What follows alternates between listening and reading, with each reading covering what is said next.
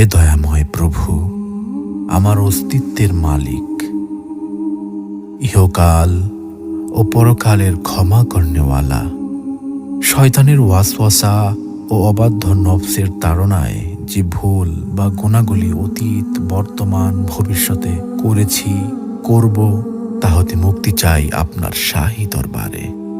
আপনি সব পারেন। আপনি দিনকে রাতে পরিণত করতে পারেন, আপনি রাতকে দিনে পরিণত করতে পারেন। আপনার কুদরত ও ক্ষমা সব কিছুর ঊর্ধ্বে। আপনি কারো কাছে জবাবদিহিতা করেন না। আপনি রাজাধিরাজ। আপনার মহিমা যে ভাষাই লিখি না কেন, সবই ম্লান হয়ে যাবে আপনার শানে।